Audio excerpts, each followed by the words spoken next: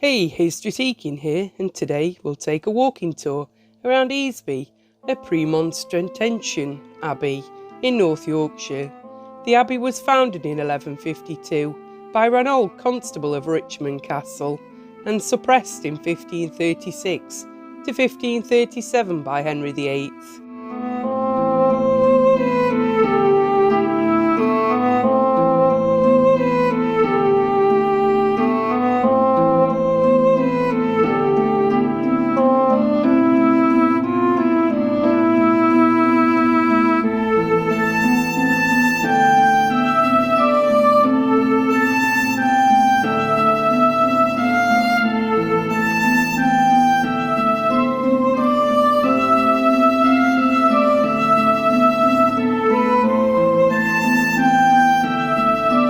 The gatehouse is accessed through a gate off the path to the west, above the river, but originally the main entrance was via the two-storey gatehouse to the east.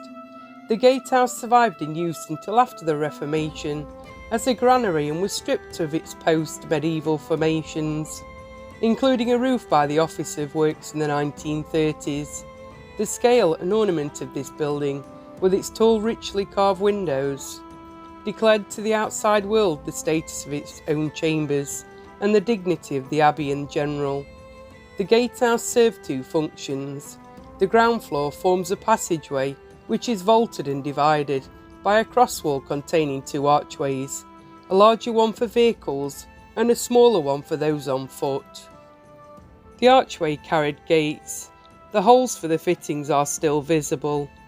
The area on the outer side of the gates functioned as a covered porch, where alms would have been distributed to the poor. The first floor chamber was reached by an outer stairway, leading from within the precinct. It may have served as a courtroom, counting house, administrative interiors often found in gatehouses. On either side of the gatehouse were originally lean-to buildings, including a porter's lodge. The doors and roofline of the buildings remain in the side of the gatehouse.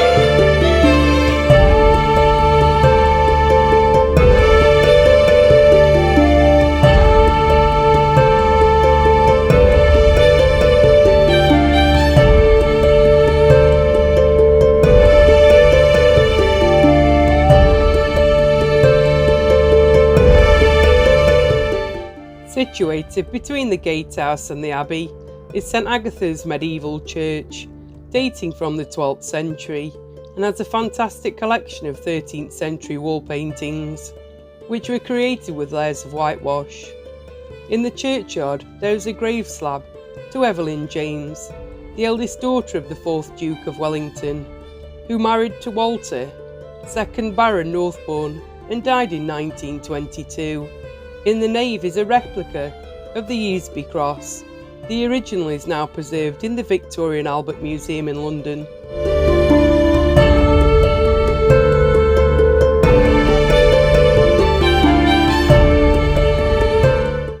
The Abbey of St Agatha Easby was founded in 1152 by Roald, constable of Richmond Castle. Easby was a Premonstratensian abbey, home to canons rather than monks. The abbey was suppressed in 1536 to 1537 and fell into ruin. It became as celebrated as a picturesque site in the 18th and 19th centuries, as seen in a painting by J.M.W. Turner.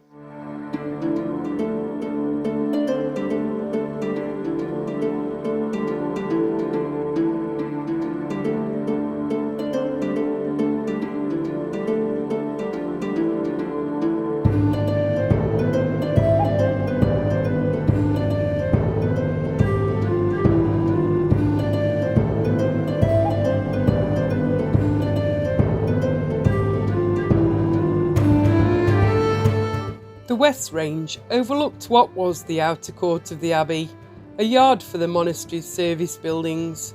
The two lower stories of the range were vaulted throughout, supporting the floors of the chambers above.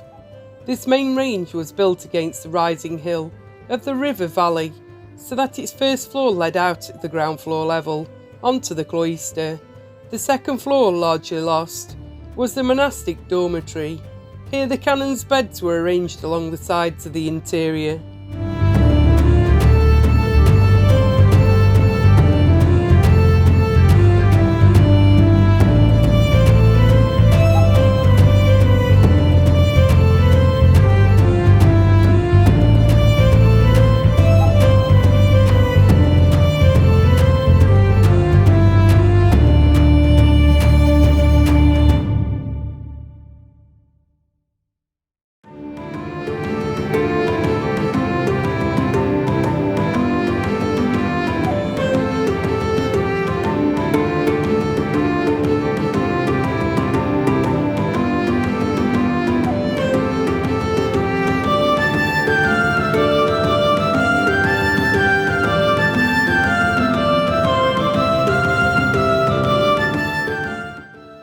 The range nearest the river was another 3-storey building, most of which survive.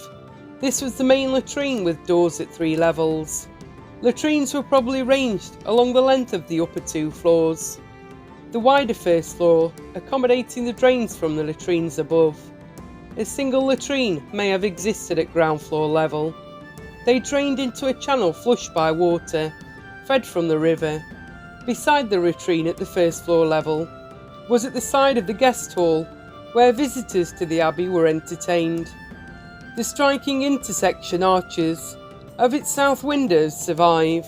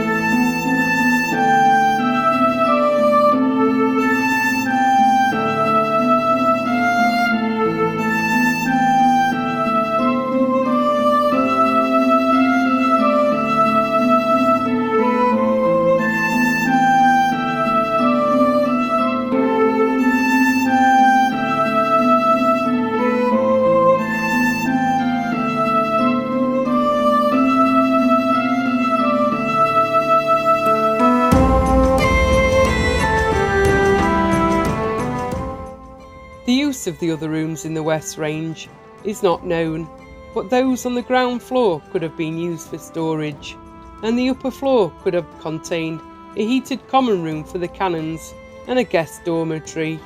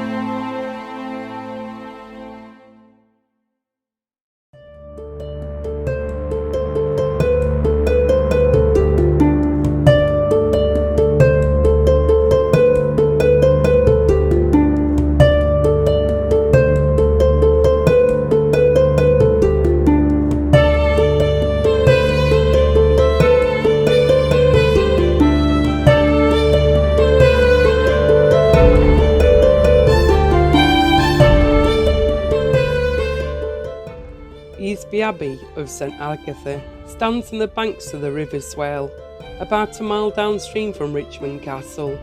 It was founded by Roald before 1159. He was the constable of Richmond Castle in 1151, some 70 years after the castle was built. The abbey supplanted an existing Anglo-Saxon church, served by a community of priests turned ministers. The new abbey took shape over the next 150 years and was laid out in a conventional, medieval manner, with a monastic church and communal domestic buildings. Around a cloister, there survives a 13th century gatehouse, a monastic dining hall or refectory.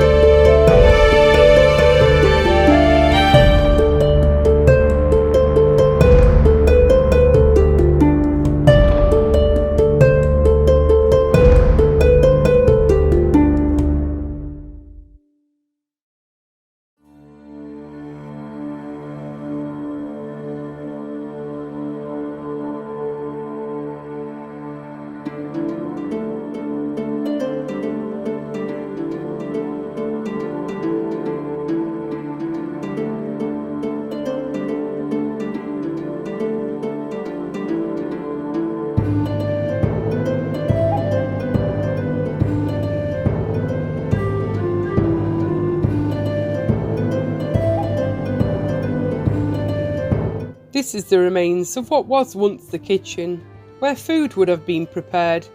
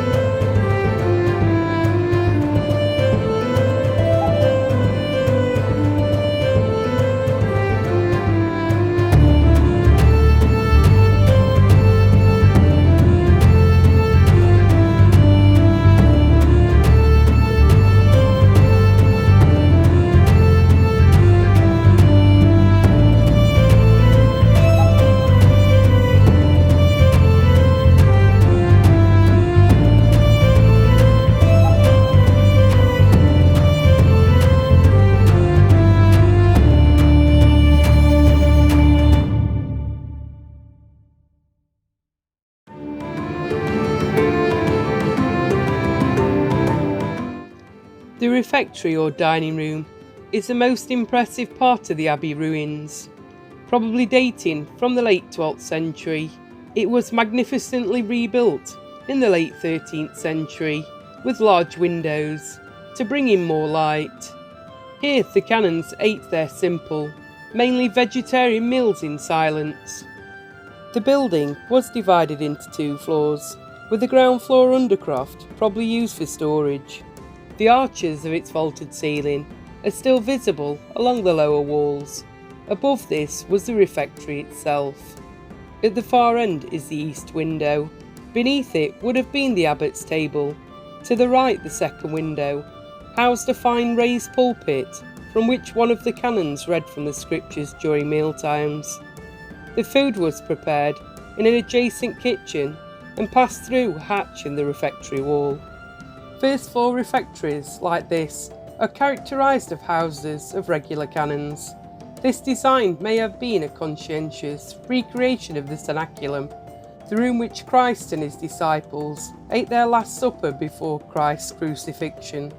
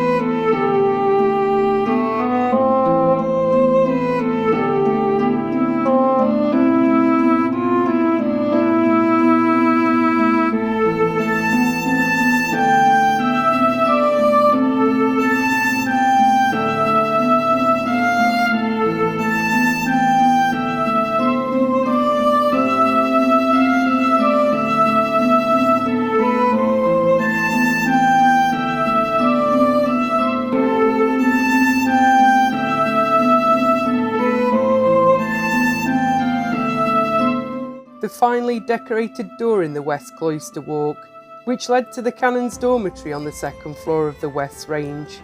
To the side of this is the great east window.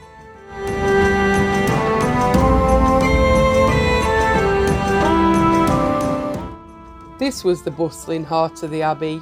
The cloister and its surrounding buildings followed a standard monastic plan in most respects. In front of us is the east range of the cloister buildings. Its ground floor housed the chapter house, the room where the canons gathered to discuss daily business.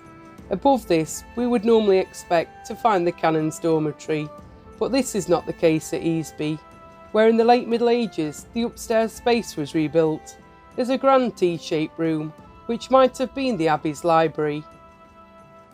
The west range behind housed the canon's warming room, where they were allowed a fireplace on the ground floor, and their dormitory on its now lost upper floor. The Premonstratensians who built Easby modelled their abbey on those of the Cistercian order, such as Roald or Kirkstall, also in Yorkshire. Unlike these sites, Easby's cloister has an irregular shape plan. This was probably because the canons were constrained by the site adapting their plan to allow for the landscape in the existing buildings.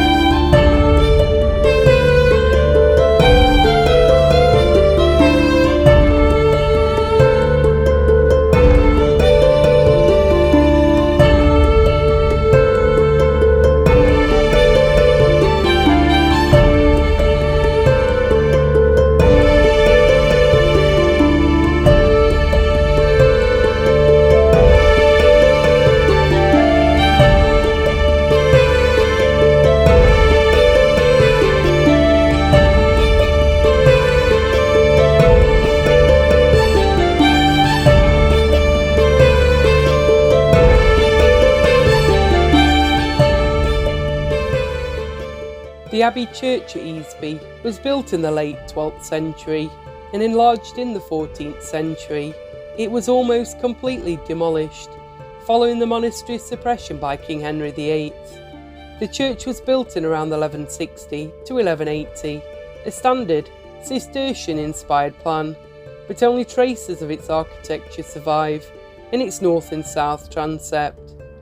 In the early 14th century, the patronage of the abbey passed to the Scropes, Lord of Bolton and Wensleydale. They extended the eastern arm of the church to serve as their burial place. The niches in the north wall of the presbytery may have been for two of their monuments. The Pilgrimage of Grace. Easby's downfall came during Henry VIII's suppression of the monasteries. In 1536, Easby took the fateful decision to support the Pilgrimage of Grace, a popular rebellion in the north of England against Henry's break with the Catholic Church. As a consequence of Easby's part in the Pilgrimage of Grace, on the 22nd of February 1537, King Henry ordered, at St Agatha Easby and such places as have made resistance, you shall without pity or circumstance cause the monks to be tied up without delay.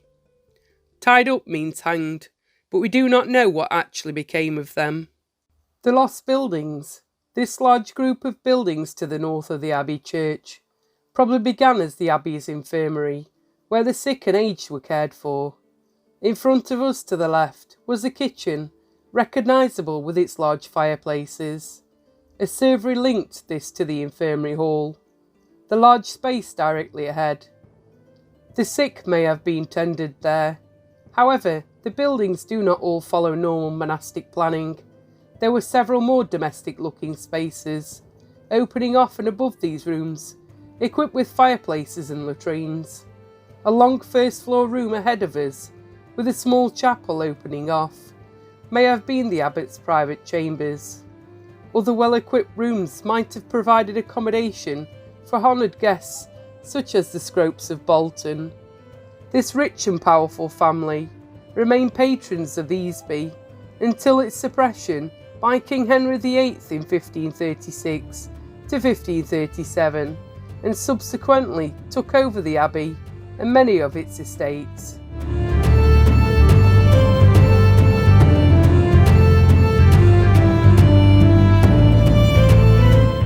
This could have been the abbot's chamber and private chapel.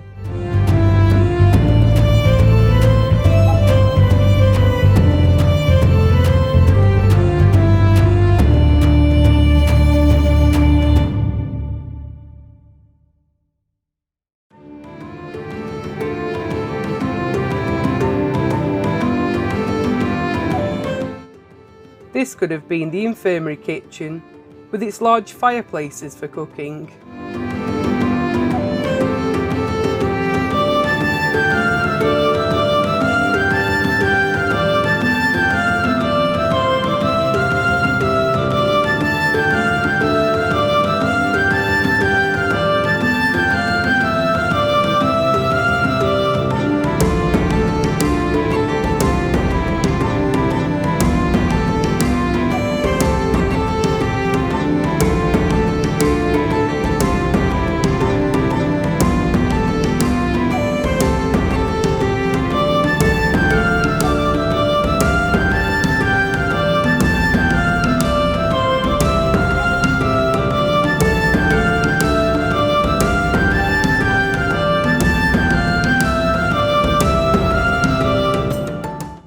Before us are the chambers with latrines.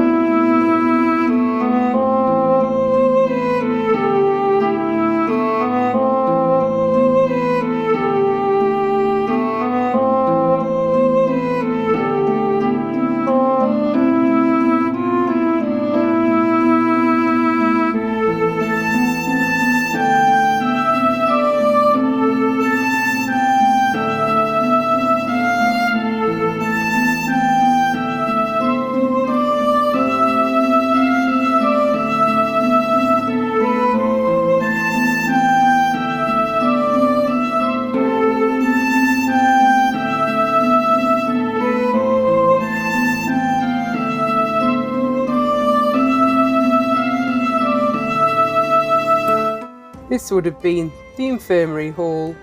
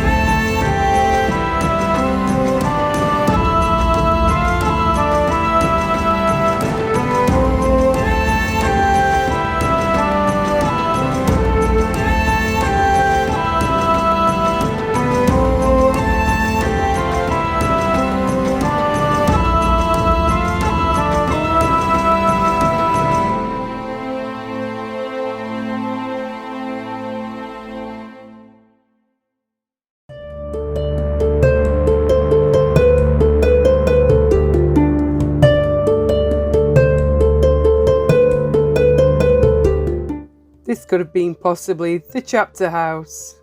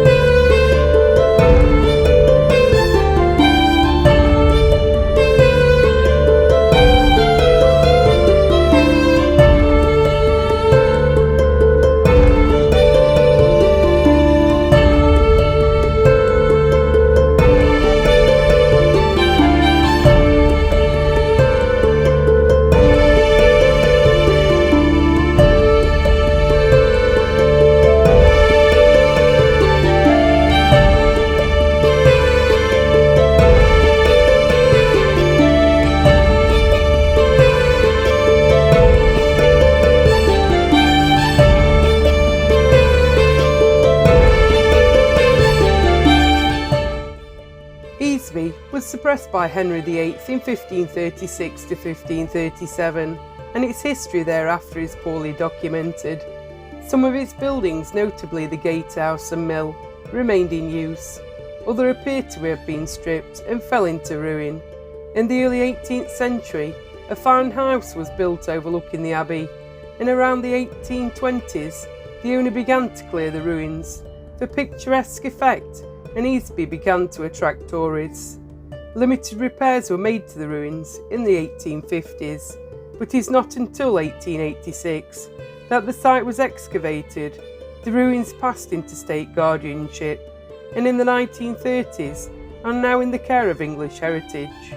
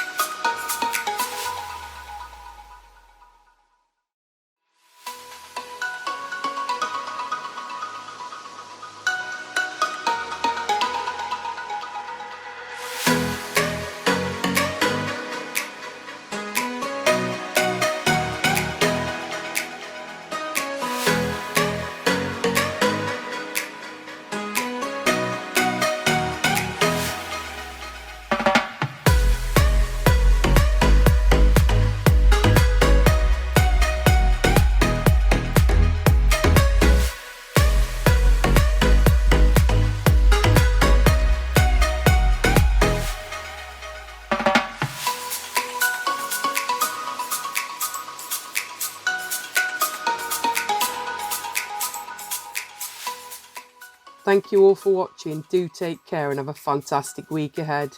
If you liked the video, please hit the thumbs up, maybe leave us a comment and hit the subscribe button with the bell. Take care.